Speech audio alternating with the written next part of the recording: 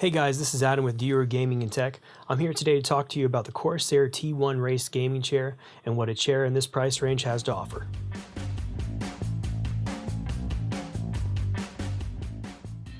So after opening up the box and taking a look at the manual, you'll immediately notice that Corsair has done a great job making sure that everything is clearly explained and labeled everything that's needed in order to put the chair together. So kudos for that.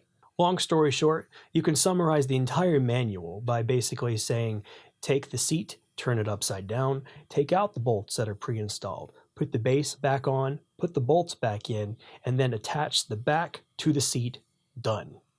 While taking out the other pieces of the chair, you'll also notice that this thing is solid. With a Class 4 gas lift, a 5-wheel base, a solid steel frame for both the back and the seat, and PU or polyurethane synthetic leather, you'll see that this thing is meant to last and be easily cleaned.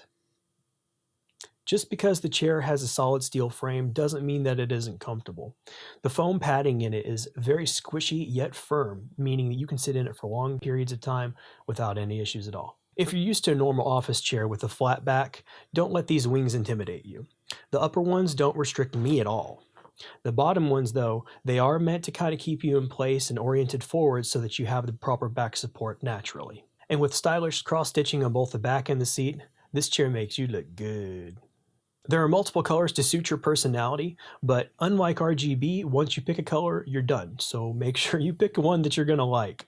But I assume that if you really wanted to, you could hack something together by putting RGB around the backrest or something like that. But if you're really going to be considering doing that, you could probably just buy a long LED strip and put it behind your desk for some ambient lighting to kind of change the color tone. The armrests have an interesting cube pattern which seems to be scratch resistant in my testing. The armrests are also extremely customizable, allowing you to pop them outward at an angle, inward, slide them forward, backward, side to side, and up and down.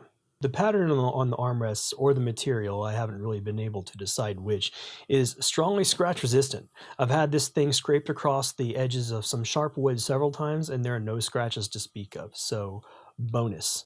One of my favorite things about this chair is the ability to recline.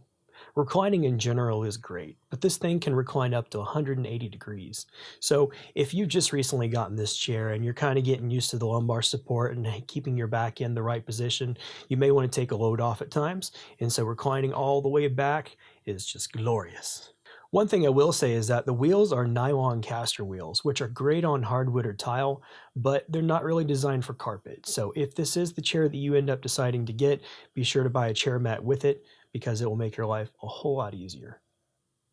The polyurethane synthetic leather can get warm. So if you live in a warmer climate or you're prone to sweating, then that might be an issue. But if you keep your thermostat at a cooler temperature though, you might be able to negate that entirely. Alternatively, if you live in a cooler climate or you're graced by God and don't have sweat glands, then that wouldn't be a problem at all, probably. If for some reason you're not using the lumbar support pillow, then I can see how this might be a little uncomfortable, because without it, there's going to be a whole lot more hugging going on. While we're on the topic of wings, the backrest is 37.4 inches high and the width for the shoulders is 22 inches. If you're a taller than average person or a bigger than average person, kind of like me, then you definitely want to do your research and make sure that this is the chair for you before purchasing it. So make sure you're checking out those specs and comparing it to your body type to make sure it suits you. Because the size of the box this came in is never fun to return, especially if the manufacturer is paying for shipping charges.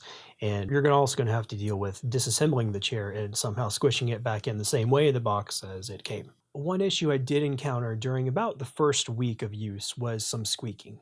I contacted Corsair tech support and they did confirm that squeaking is not supposed to be happening. It's not something that, it just settles in. So what I did was I found where the squeak was coming from, which was where the metal plate to the back connects to the metal plate on the seat on the left side here. What I did was I took some WD-40 and I sprayed it in at an angle in between those two plates, and after a couple days of settling, the squeak is completely gone. Another thing to keep in mind is that while this isn't really a problem, it's more of just a misuse of the product, is that if you're having trouble contacting your neck to the back of the headrest, then that means that your arrangement of the neck rest pillow and or the lumbar support is probably off. Make sure the lumbar support is in the correct position, and once that's done, everything else will fall in place so that your whole body can be supported. You can do this by putting your arms behind the chair while you're sitting in it, and if you pull up, then that's going to put the pillow at a lower default position, and if you pull down, then that's going to put your pillow at a higher default position. That way, it's not falling down and you having to reset it every single time you get up and sit down. This is a great chair for the price point. Most high-end ergonomic chairs cost in the ballpark of $1,200 to $1,500, and while they would have more extensive ability to customize and fit your body type, this is definitely doable for the average person. So I would recommend foregoing that CPU or GPU upgrade if that's what you were considering and getting this instead, because all in all, if you're having pains because of a posture that you've kept over the years that was never really corrected, then it doesn't really matter what's inside the computer if pain is keeping you from wanting to be behind the computer. So guys, I hope this video helped you. If it did, be sure to leave a like. If you have any questions or comments, or if there's something I missed, be sure to let me know below and I'll get back to you. And if you want to see more content like this, be sure to subscribe. Have a good one.